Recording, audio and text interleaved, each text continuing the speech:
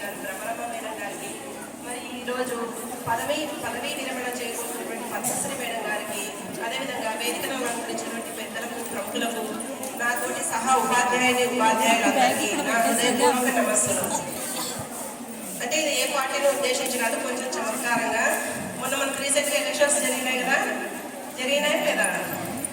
అందులో మనకు ముఖ్యమంత్రి ఎవరు గెలిచినారు? ఉప ముఖ్యమంత్రిగా పవన్ కళ్యాణ్ ఇంటి పేరు కొన్నిదల కదా, కొంచెం చిన్న మార్పు. అక్కడ కొన్నిదల పవన్ కళ్యాణ్ అనే నేను అని ప్రమాణ స్వీకారం చేస్తే ఆయన ప్రమాణ స్వీకారం చేస్తున్న అధికారం చేపట్టబోతున్నాడు. ఇక్కడ మొగదల పద్మశ్రీ అనే నేను పదవీ విరమణ చేయబోతున్నాను అని చేయబోతున్నాను. మేడం గురించి ఎంత చెప్పినా తక్కువే, హనుమంతుడి ముందు కుప్పినంతలా అన్నట్ల. కాకపోతే ఆమె పట్ల మాకు ఉండేటువంటి అభిమానాన్ని తెలియజేసుకోవడానికి ఇది ఒక చిన్న అవకాశంగా భావిస్తున్నాము. అభిమాన అనురాగాలు నేర్పించిన రాగమయ్యి, మమకార సహకారాలు పల్లవించిన సుధామయ్యి, తన చల్లని వెన్నెల ఆత్మీయతో మాపై కురిపించిన అమృతమయ్యి, మైత్రి మేఘధారంతో మనల్ని ముంచెత్తిన స్నేహమయ్యి, తీక్షణ జ్ఞానకాంతులతో పిల్లల అజ్ఞాన తీవ్రాన్ని పటాపంచలు చేసిన కిరణ్మయి, వ్యక్తిత్వ రీత్యా ఆమెది హిమాలయ స్థాయి, ఆమె సాహచర్యాన్ని మించి ఉండదుగా మనసుకు హాయి. నిజంగా చెప్పాలంటే మేడంతో మేము కలిసి పనిచేసేది 2 సంవత్సరాలే.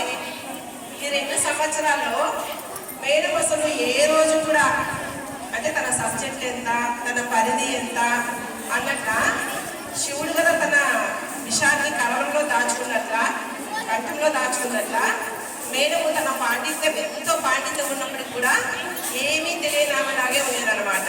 కాబట్టి మేడంలో ఎన్నో గొప్ప సుగుణాలు ఉన్నా కూడా ఏ రోజు కూడా పొగరు అహంకారంతో కఠినంగా మాట్లాడటం ఎప్పుడు కూడా చేయలేదు.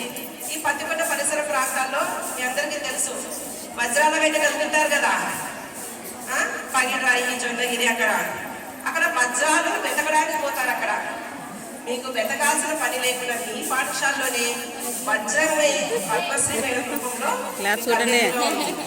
అందుకు మీరు చాలా అదేవిధంగా మేడం ఉపాధ్యాయురాలుగా తన బాధ్యతలను నిర్వర్తించింది అని తెలియజేయడానికి ఒక చిన్న 3 పద్య రూపంలో చెప్తాను.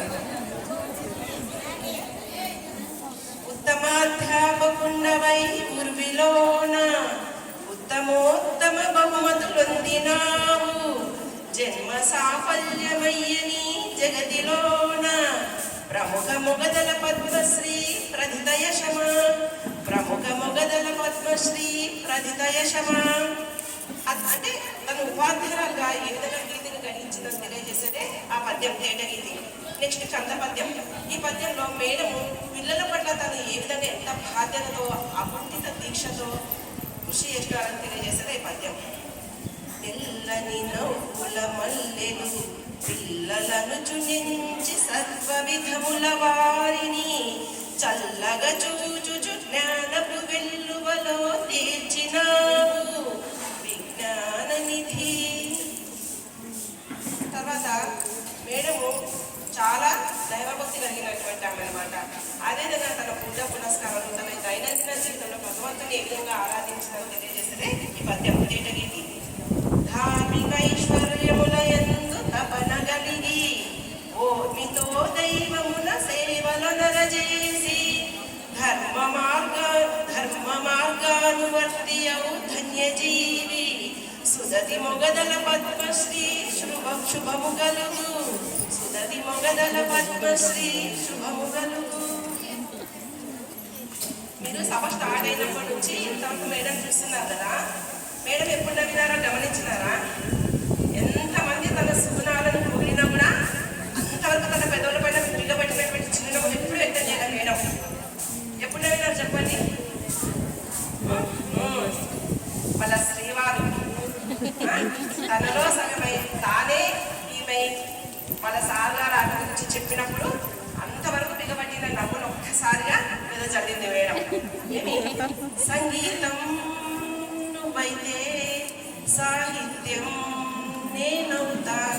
సంగీతాన్ని సాహిత్యాన్ని ఎలా వేరు చేయలేమో అలాగా పద్మశ్రీ మేడం గారిని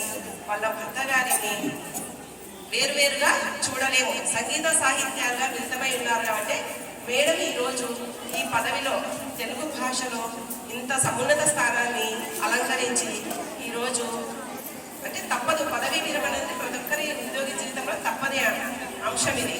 కాబట్టి మేడం పదవీ విరమణ అనంతరం కూడా సుఖశాంతులతో తన కుటుంబ సభ్యులతో సంతోషంగా జీవించాలని మనస్ఫూర్తిగా కోరుకుంటూ నాకు ఈ అవకాశం ఇచ్చిన మీ అందరికీ నా కృతజ్ఞతలు తెలియజేసుకుంటున్నాను.